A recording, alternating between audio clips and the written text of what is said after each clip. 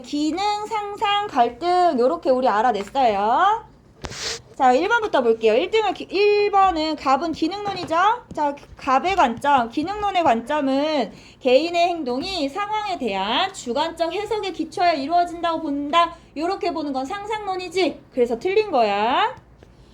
자, 을의 관점, 을은 상상론이네. 자, 을의 관점은 기득권층의 이익을 대변하는 논리로 사용된다는 비판을 받는다. 이렇게 비판을 받는 건 뭐야? 보수적 관점이라는 기능론이겠죠. 기능론이 우리 사회는 본질적으로 조화와 균형 상태야. 그래서 사회는 변할 필요가 없어. 사회 변화에 대해서 부정적으로 보잖아. 사회 변화에 대해서 부정적으로 보는 관점 뭐라고? 보수적 관점이라고. 왜? 현재가 너무 좋고 현재 지킬 게 많은 거야. 기득권층이 그런 거지. 이미 권리를 얻고 있는 사람들이니까 굳이 이 사회가 변화될 필요가 없는 거죠. 그래서 기득권층의 이익을 대변하는 논리로 사용된다는 비판을 받는 건 기능론이 됩니다. 이제 우리 사회가 어떻게 될까? 대통령이 뽑혔어. 투표했어? 나 투표권 박탈당했어. 알아? 남편한테서. 내가 친정, 시댁, 우리 집 뭐 다 합쳐서 나만 달라. 나만 달라. 그 정치 색이 달라. 엄연히 따지면 나는 이제 중도층이야. 표류하는 층이야. 별로 이렇게 지지하는 사람이 없어. 근데 아침에 남편이 전날에 물어보지도 않았어. 나한테 투표 몇 시에 하러 갈 거야? 이렇게 물어보지도 않았거든? 당연히 아침에 일어나면 가겠지 했어. 그래서 아침에 한 10시쯤 나 일어났거든. 여보, 우리 투표하러 몇 시에 갈까? 그랬더니 나 6시에 투표하고 왔는데? 이래서 무슨 6시? 새벽 6시에 투표를 하고 왔대. 그럼 나는? 그랬더니 너 이따 가서 해. 근데 들어보니까 그날 6시부터 7시는 저녁에 그때 이유는 못한다며. 코로나 환자들 가는 시간이래. 6시부터 7시는 저녁은. 저녁 6시에는 내가 투표를 해야 되는 거야, 마감을. 근데 우리 애기 11시 반에 병원 예약이 돼 있었어. 그 병원을 갔지? 여보 이제 집에 가자 했더니 갑자기 장모님을 보러 갈까? 이래. 그래서 우리 엄마를? 그랬더니 애들 보여주러 가자. 그러더니 갑자기 집에 우리 집을 가. 근데 5시가 돼도 집에 갈 생각을 안 해. 여보 나 투표해야 되는데 이제 가자. 집에 와도 6시야. 오씨 이거 아직 계획적이지. 나 투표 못했잖아. 그래서 우리 아버님이 어제 얘기하시던데 아유 누가 돼서 참 다행이야 이러시더라고. 그래서 아 예 그러고 왔지. 투표했어? 서연이 투표권 없나? 그래서 나 투표권 박탈당했어. 내가 한 표 행사했어야 되는데. 자 그래서 그렇게 된다는 거. 3번 볼게요. 병의 관점. 병은 갈등론이죠. 갈등론. 집단 간의 갈등은 필연적이며. 오 우리 수특에서 했던 내용이네. 사회변동의 원동력. 오 이것도 수특에서 했던 내용이네. 답은 3번 이렇게 나오겠죠. 자 4번 볼게요. 을의 관점은 갈등론은 갑의 관점과 달리 기능론과 달리 사회 문제를 설명하는데 사회 구조적 요인을 중시한다. 틀린 거지. 이거 뭐야? 거시적 관점이잖아. 둘의 공통점인 거야. 됐어? 자, 요거랑 같은 표현 있어. 사회 문제를 설명하는데 사회 구조적 요인을 중시한다랑 같은 표현 있어. 내려가 볼까? 거시적 관점. 거시적 관점에서 이해한다. 같은 말이야. 알았어? 사회 구조적 관점에서 사회문화 현상을 이해한다 해도 거시적 관점을 얘기하는 거고, 거시적 관점에서 사회문화 현상을 이해한다 해도 거시적 관점을 얘기하는 거야. 그러니까 표현을 다르게 바꿔서 쓴 거야. 하지만 둘은 결국에 같은 말인 거야. 이해하셨어요? 나만 이해했지. 열심히 나 이해할게. 아 이번에 사회문화 나 1등급 화이팅. 자 5번 볼게요. 을병의 관점은 모두 사회 구성 요소의 기능과 역할이 사회적으로 합의된 것이라고 본다. 자 사회 규범은 우리 사회 전체가 합의했어. 그래서 우리가 모두 만족할 수 있는 역할을 배분받았어. 규범에 따라서. 그래서 우리는 상호의존 관계 속에서 있을 수 있는 거야. 이렇게 보는 거 누구죠? 기능론이죠 여러분? 그럼 5번은 기능론에 대한 설명이에요. 자 이게 작년 9월 모평이고 밑에는 그해 수능이야. 작년 수능. 왜 이걸 얘기해줘? 이 문제를 풀 건 아닌데 9월에 나온 선지들이 수능에서 똑같이 활용되는 거 나와요. 보여요? 보실래요? 자 기득권층의 이익을 대변한다는 논리로 사용된다. 어디 나와 있어요? 2번에 나와 있죠. 2번 선지. 보여? 그 다음에 또 봐봐. 사회문화 현상을 구조적 측면, 사회 구조적 측면을 설명하는가? 4번 선지에 나와 있죠? 보여요? 자, 그 다음 볼게요. 집단 간의 갈등을 사회변동의 원동력으로 보는가? 아까 정답이었잖아. 그게 3번의 정답. 그치? 그 다음에 여기 보면 상황정의에 기초하여 행동한다고 보는가? 1번하고 같은 말이잖아. 1번의 선지라. 보여요? 왜 이 얘기 해주냐면 6월, 9월 모평 보면 수능에서 어떻게 나올지가 추론이 돼. 주제도 주추가 되고 선지도 계속 똑같이 활용이 된다고. 2학기 때 뭐 할 거냐면 9월 모평 보고 나서 6월, 9월 모평 같은 주제로 비교해가지고 하는 거 할 거거든. 그때 만약에 그때 그거 잘 듣고 내가 사회문화 공부 많이 못했다 하는 친구들은 거기 주제에 맞춰서 선택하고 집중하시면 될 것 같아요. 아시겠죠? 그리고 작년에 그거 해보니까 괜찮았던 것 같아. 그래서 이렇게 보시면 되고 그 다음에 뒤쪽 보겠습니다. 이제 나오는 유형. 두 번째 유형은 20년도 수능 볼 건데 그냥 특징을 아예 대놓고 물어보는 거야. 해석 굳이 없이 그냥 유형을 이렇게 주고 예 아니요 이런 걸로 해서 보는 유형. 이게 두 번째입니다. 이게 어쩔 때 깜빡이고 어쩔 때 안 깜빡이고. 자, 20년도 수능이에요. 자, 질문에 따라 사회문화 현상을 보는 ABC 관점이다. ABC는 기갈상 중에 하나이다. 이렇게 나와 있어요. 자, 개인의 행위에 영향을 미치는 사회 제도나 구조에 초점을 두는가? 거시적 관점인가? 이렇게 물어본 거지. 아까 똑같은 말이지. 그쵸? 그러면 예라고 한 실선 A, B는 뭐가 돼야 돼요? 기능 아니면 갈등론이 돼야 돼요. 그럼 자연스럽게 C는 뭐가 돼요? 상상론이 돼요. 쓰는 게 중요한 거 아니지. 이해하는 게 중요한 거지. 내가 이해했으면 굳이 안 써도 되겠죠?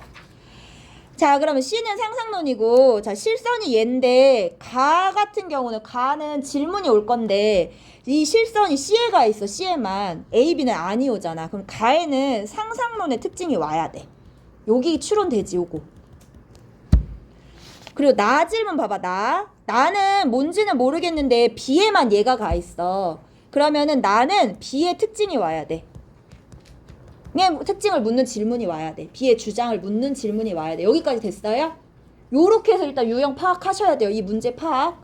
그냥 보지도 않고 밑에 선지부터 가면은 계속 헷갈려. 이렇게 써놓고 가시면 좀 나아요.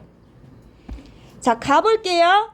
가는 상상론의 특징이 들어가야 한다고 했어요. 인간은 사물이나 행위에 주관적 의미를 부여하는 주체를 보는가? 상상론에 대한 특징 맞지? 근데 들어갈 수 없대. 그래서 틀린 거야. 치사하지. 치사하지. 자, A가 갈등론이라면 그럼 B는 기능론이겠네요. 가는 여전히 상상론 특징 계속 들어가야 돼요. 사회는 스스로 균형을 유지하는 속성을 지닌다고 보는가? 이거 세 글자로 뭐라고 불러? 항상성, 그치? 항상성을 지닌다고 보는가가 들어갈 수 없지. 상상론의 특징이 들어가야 돼서.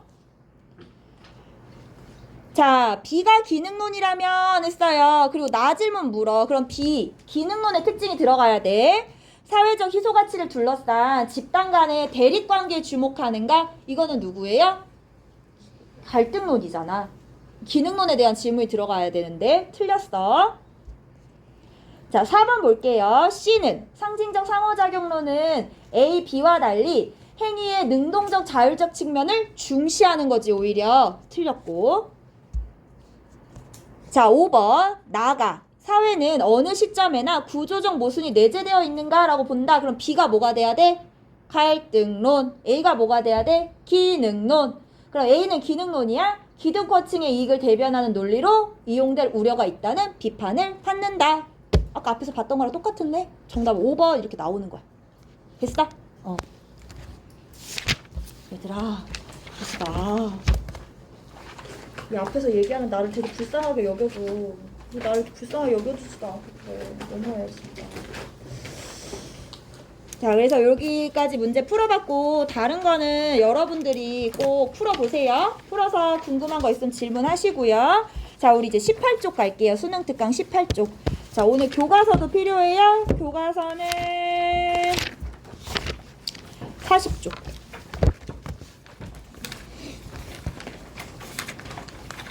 새로운 걸 한번 해보려고 하는데 이게 되려나? 이거 열고 이거 아니고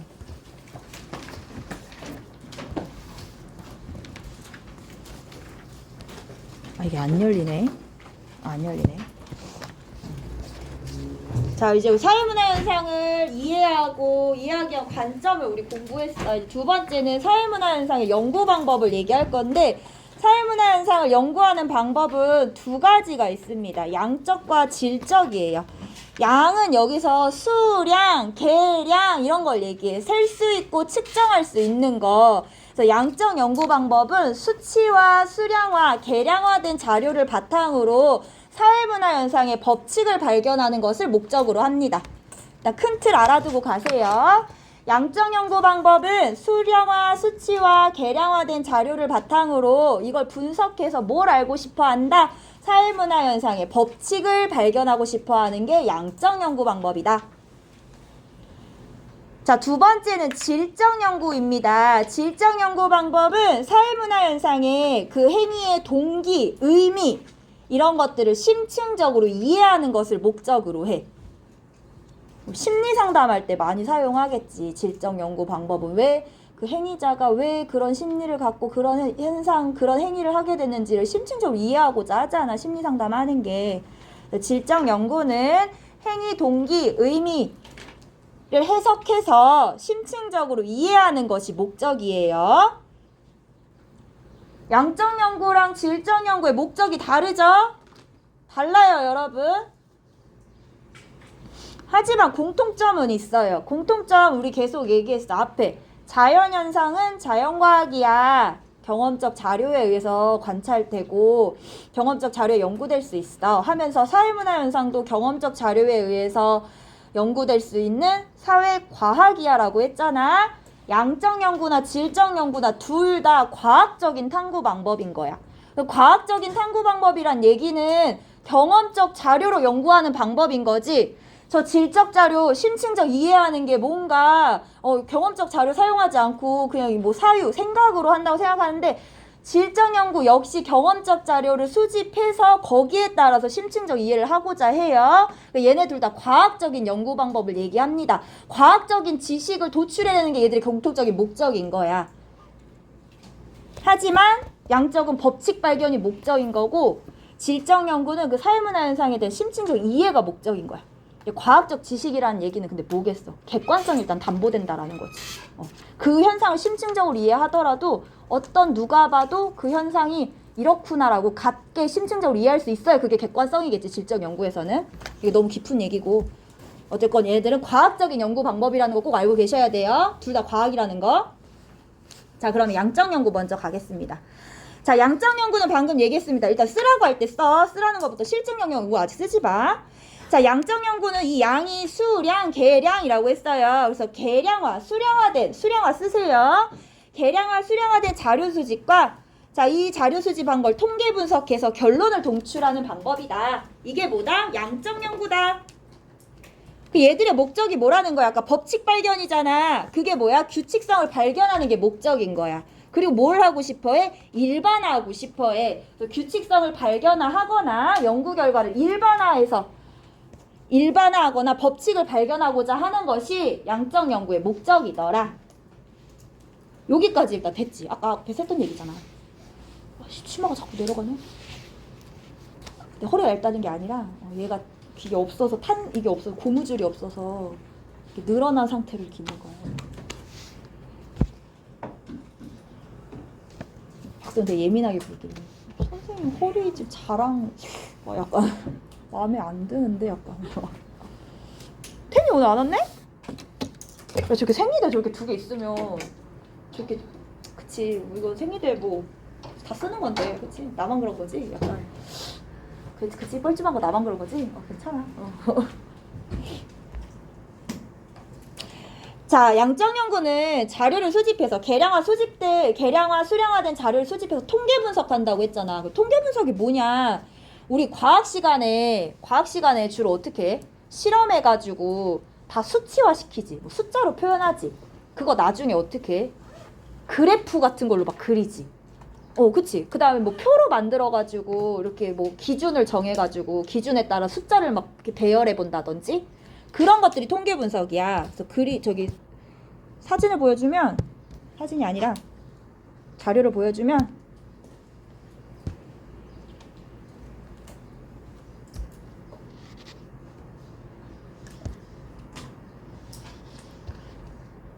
요런 것들이 통계 분석인 거야. 우리가 마치 과학 시간에 실험하고 나서 실험 그 결과를 분석하는 것처럼 그래프로 표현하거나 기준에 따라서 수치를 정리하거나 이런 것들이 통계 분석이야. 심리학과 가면은 이거 많이 배워. 심리학과 가면은 이 통계를 많이 하고 사회과학 가잖아. 사회과학 가면은 통계가 기본이더라고. 그래서 통계 관련 자격증도 있더라. 이거 보시면 될 것 같아요. 이런 게 통계 분석. 이렇게 하는 것들이 양적 연구라는 거. 양적 연구는 왜 이런 연구를 하고 싶으냐? 이 전제가 되게 중요해. 전제 별표 쳐볼까?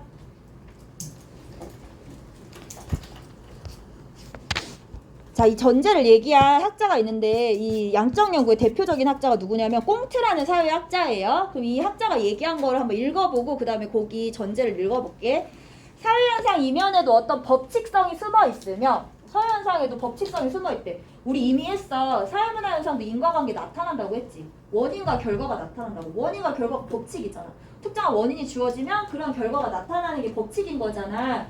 자, 밝혀내기 위해서는 자연과학이 사용하는 과학적 방법을 동원해야 된다. 우리 법칙을 발견하는 게 과학이죠. 과학. 우리 과학 실험도 결국에는 주어진 법칙 일반화가 맞는지 안 맞는지 확인하는 과정인 거잖아. 그래서 여기 보면 이러한 법칙을 탐구할 때에는 오로지 관찰 가능한 현상에만 관심을 가져야 한다. 마치 뭐처럼? 자연과학을 탐구하는 것처럼. 그럼 자연과학을 탐구할 때, 연구할 때 어떤 방법을 써요? 관찰하고, 실험하고, 비교하죠? 그래서 관찰, 실험, 비교 등의 방법을 통해 실제로 증명된 지식만이 과학적 지식이며 꽁트가 얘기하는 과학적 지식은 뭐야? 관찰, 실험, 비교. 자연과학처럼 관찰, 실험, 비교한 방법으로 실제 증명된 지식만이 과학적 지식이며 경험을 통한 지식은 확실하다. 이렇게 얘기했어요. 그러니까 꽁트가 얘기한 말을 요약해보자면 이 얘기인 거야. 결국에 저기 나와 있는 거 자연현상하고 사회문화현상은 공통적인 속성이 있더라는 거야. 뭐? 인과관계가 나타난다는 거.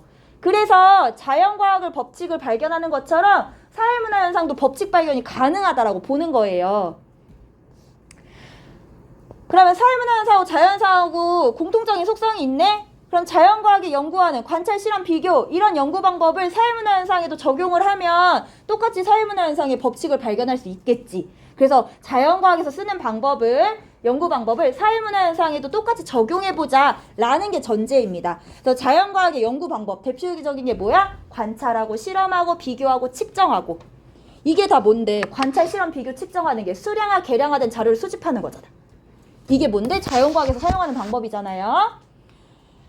자, 관찰, 실험, 비교, 측정을 통해서 자연과학에서 사용하는 관찰, 실험, 비교, 측정을 통해서 사회문화현상을 연구할 수 있다. 탐구할 수 있다. 동일하게 적용할 수 있다. 이렇게 보는 거예요. 이거를 뭐라고 부른다고? 방법론적 일원론.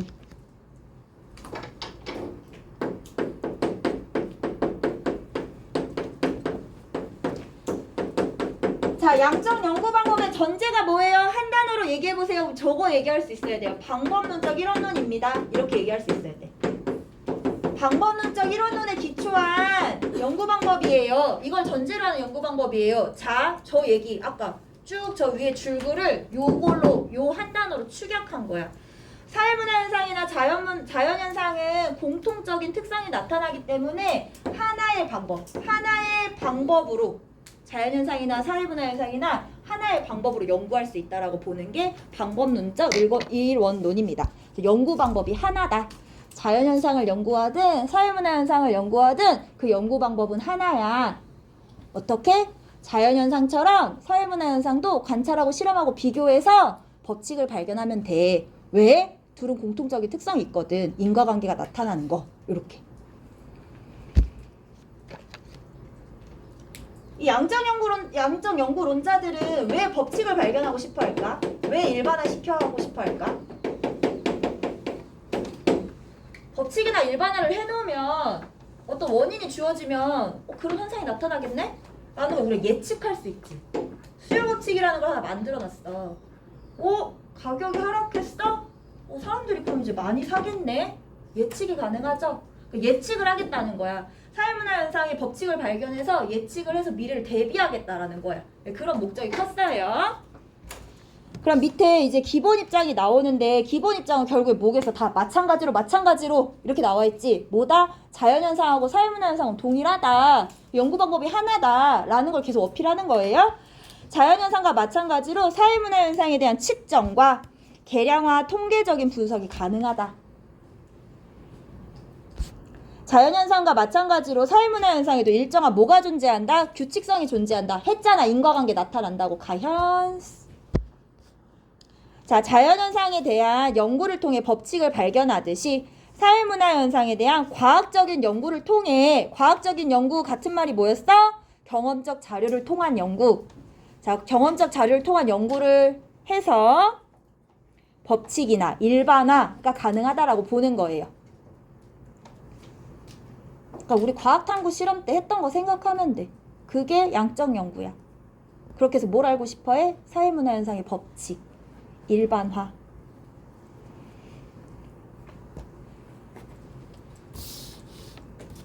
아, 혜원이가 스티커 갖고 있어?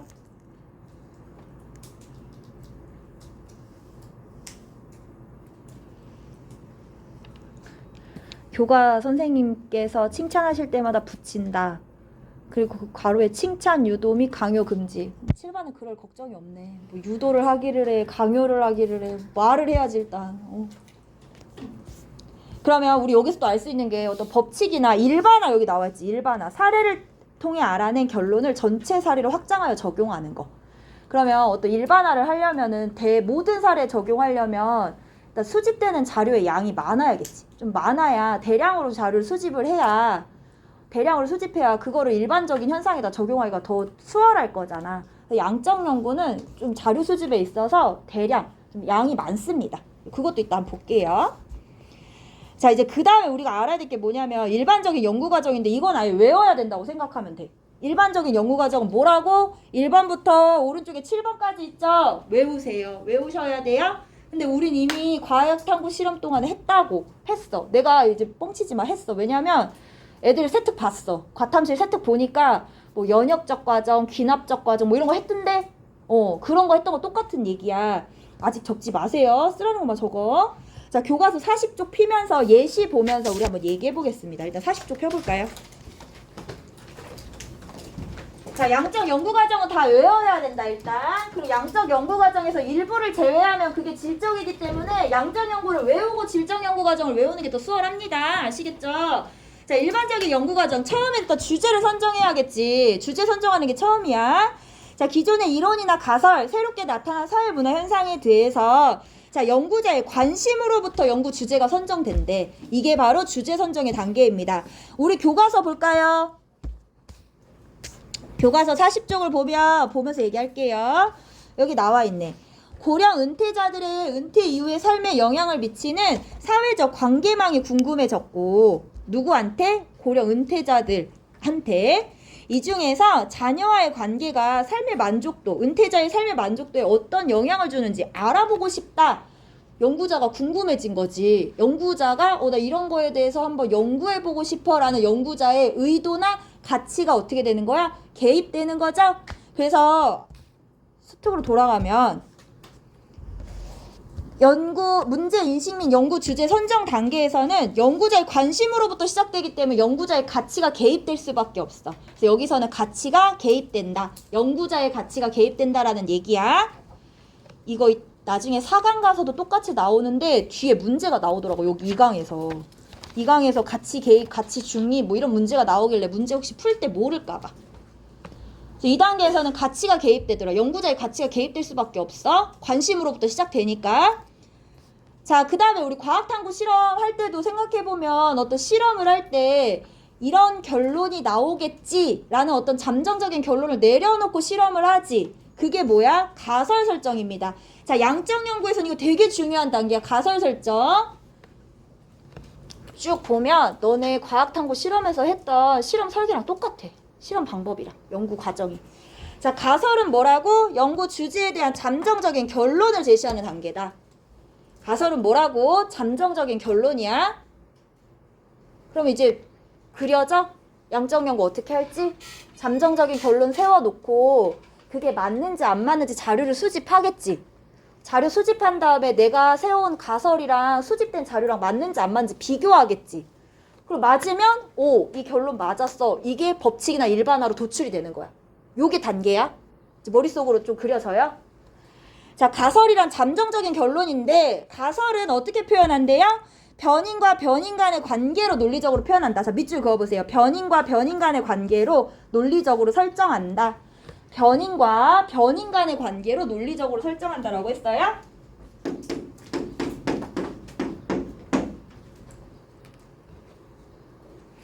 변인은 변화하는 요인이라는 줄임말이야.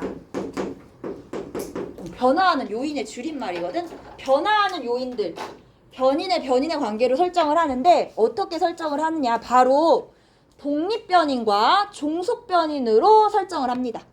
첫 번째, 가설은 어떻게 설정한다고? 변인과 변인 간의 관계로 설정을 하는데 독립변인과 종속변인의 관계로 설정하더래. 이거 엄청 중요해요. 왜? 문제에서 독립변인이 뭐고 종속변인이 뭔지 찾으라고 하거든. 중요해. 자, 독립변인하고 종속변인 한마디로 얘기하면 인과관계로 따져보자면, 굳이 따져보자면 독립변인은 원인에 해당해. 원인. 종속변인은 결과에 해당하는 거야. 볼게. 독립변인과 종속변인은 원래 자연과학 실험에서 사용하는 개념이다. 그치? 왜? 우리 지금 계속 방법론적 일원론이라고 했잖아. 양적 연구, 자연과학에서 사용하는 방법, 여기 사회문화 현상에도 사용할 수 있어. 계속 얘기하고 있잖아. 자, 독립변인은 밑줄 그어볼게요. 다른 변인에 영향을 주는 요인이고, 얘가 원인이라고. 다른 변인에 영향을 주는 요인이고, 주는 변인이고, 종속변인은 독립변인의 영향을 받아 변하는 변인을 얘기한다. 얘는 영향을 줘. 누구한테? 종속변인한테. 종속변인은 독립변인의 영향을 받아 변해. 얘가 영향을 받는 변인이야. 자, 구분해볼게. 자, 가설은 독립변인이 종속변인에 미치는 영향이나 둘의 관계로 파악하는 진술로 구성되는데, 예를 들어 스마트폰 의존도가 낮은 학생일수록 학교 생활의 만족도가 높을 것이다 라는 가설이 있어. 그러면 스마트폰 의존도가 학교 생활 만족도에 영향을 주고 있는 거지. 스마트폰 의존도가 낮으면 만족도가 높을 거야 이렇게 얘기하고 있잖아. 이게 원인, 결과. 됐어?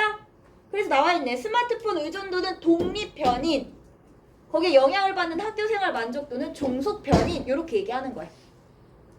그리고 변인, 아까 변화하는 요인이라고 했잖아. 변화하는 요인 맞지? 봐봐. 스마트폰 의존도가 낮다, 높다 변화하고 있죠. 근데 이 변화하는 게 만족도에 영향을 주고 있어서 독립변인이 되는 거야. 자, 학교생활 만족도가 낮다, 높다 변화하고 있죠. 그래서 변인이에요. 근데 뭐에 영향을 받아? 스마트폰 의존도에 영향을 받고 있는 거야. 됐어? 됐어? 되냐고. 왜 그래? 그래서 내가 이렇게 자꾸 소리를 지르면 나를 싫어할 거잖아 나중에. 그럼 이제 우리 교과서로 가봐. 독립변인, 종속변인 찾아볼게요. 독립변인, 종속변인 찾아볼게요. 자, 얘가 이제 가설을 세워요. 사회적 관계망이 다양할수록 고령 은퇴자의 삶의 만족도가 높을 것이다. 자, 독립변인 찾아보세요. 독립변인 뭐예요? 그렇지, 사회적 관계망. 변하는 요인 맞아?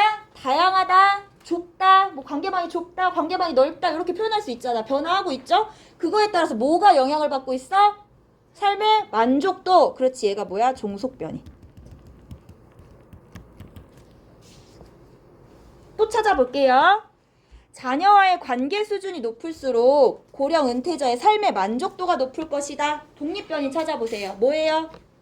자녀와의 관계 수준. 그렇지.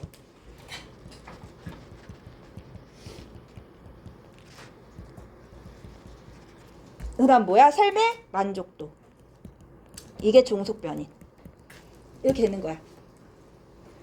됐어?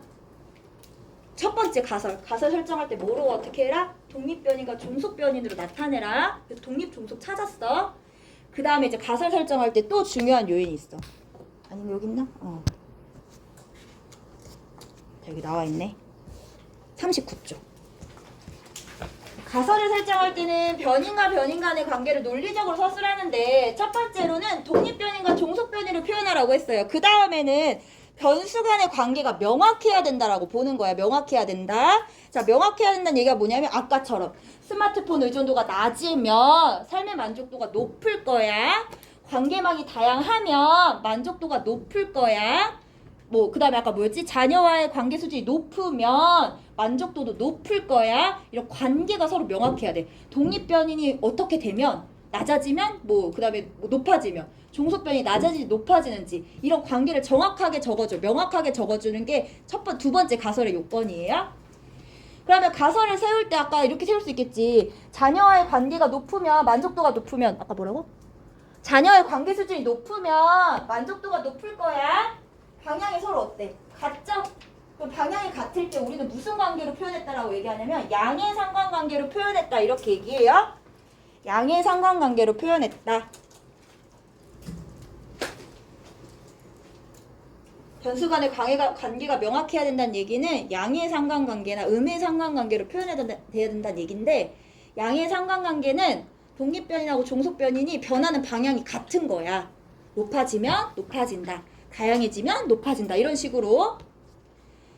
자, 음의 상관관계는 독립변인하고 종속변인의 방향이 반대인 거예요. 아까 스마트폰 의존도가 낮을수록 만족도가 높을 거야. 이렇게 얘기했잖아. 높을 것이다. 이게 바로 음의 상관관계예요. 변수 간의 방향이 다른 거, 변인 간의 관계가 다른 거. 변인을 변수라고도 얘기해. 다른다고 생각할까 봐. 같은 말이야. 그럼 가설 설정 요건 두 번째 했어요. 변수 간의 관계가 어떻다? 명확해야 된다.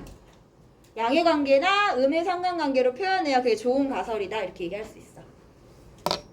왜냐면 법칙이나 일반화를 하려면 그 관계가 명확해야지. 일단 자료 수집하는 것도 쉽겠지. 결론 도출하는 것도 쉽고 당연히 일반화 법칙 발견도 쉬운 거고. 자, 그 다음에 얘는 수량화 수치화된 자료를 수집하고 싶어 하잖아. 그러면 수량화 수치화된 자료, 계량화된 자료를 뭘 수집해야 되냐가 구체적으로 나와 있어야 돼. 그래서 구체적인 내용으로 진술되어야 한다. 이렇게 되어 있어요. 예시 보여줄까? 자, 이거 학력 수준은 결혼에 대한 만족도와 관련이 있을 것이다. 이렇게 얘기했는데 아까 이거는 변인 간의 관계가 명확하지 않은 거야. 봐봐. 학력 수준하고 결혼에 대한 만족도와 관련이 있을 거라고 했는데 도대체 학력 수준이 높아지면 만족도가 낮아진다는 건지 학력 수준이 낮으면 만족도가 높다는 건지 아니면 학력 수준이 낮으면 만족도가 낮다는 건지 이 관계를 알 수 있어 없어? 변인 간의 관계를 알 수가 없죠? 그래서 아까 양의 음의 상관관계를 표현해야 된다. 그게 명확해야 된다라는 거고 자, 그 다음에 구체적인 내용으로 진술해야 된다고 했잖아. 구체적인 내용 진술은 이렇게 되는 거야. 부모의 자녀에 대한 사랑이 깊을수록 자녀의 학교 생활에 대한 만족도가 높을 것이다. 도대체 부모에 대한 사랑이 뭔데? 자녀에 대한 사랑이 뭔데를 알아야지. 구체적으로 알아야지 거기에 따른 수량화된, 수치화된 자료를 우리가 수집할 수 있을 거잖아. 근데 여기에 대한 구체적인 게 없는 거야. 아니 이렇게 부모에 대한 훈육의 정도가 많을수록 이런 식으로 사랑을 이렇게 표현을 바꿔준다든지. 그러니까 구체적으로 진술해야 된다라는 거.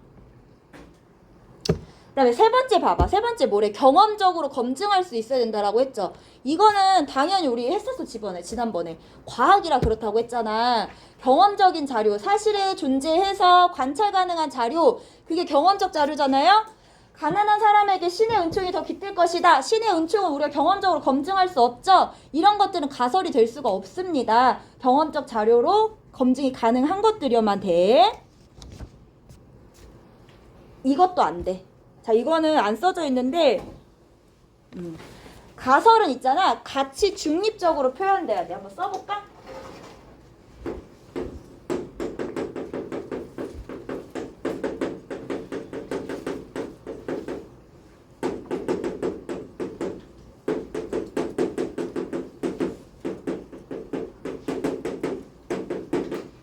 가설은 가치 중립적으로 진술되어야 한다. 가설은 오자마자 사진 찍어. 공부하려고요. 뻥치지 마. 아, 진짜로. 공부하려고 했으면 일찍 왔겠지. 가설은 가치 중립적으로 진술되어야 한다. 가치 중립적 용어로 진술되어야 돼.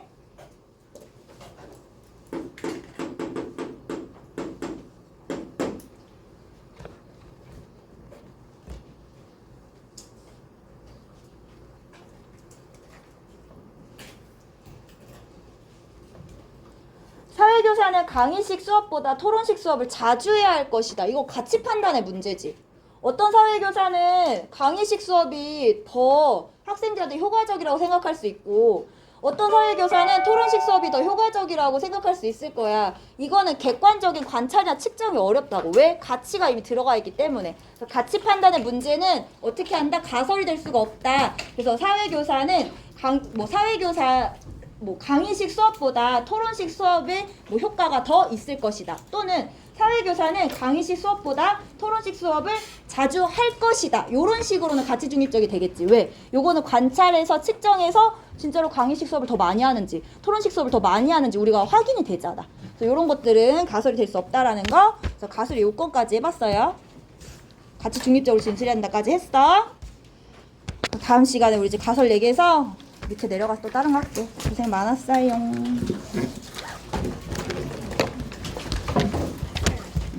지금 이거 수트가 아니라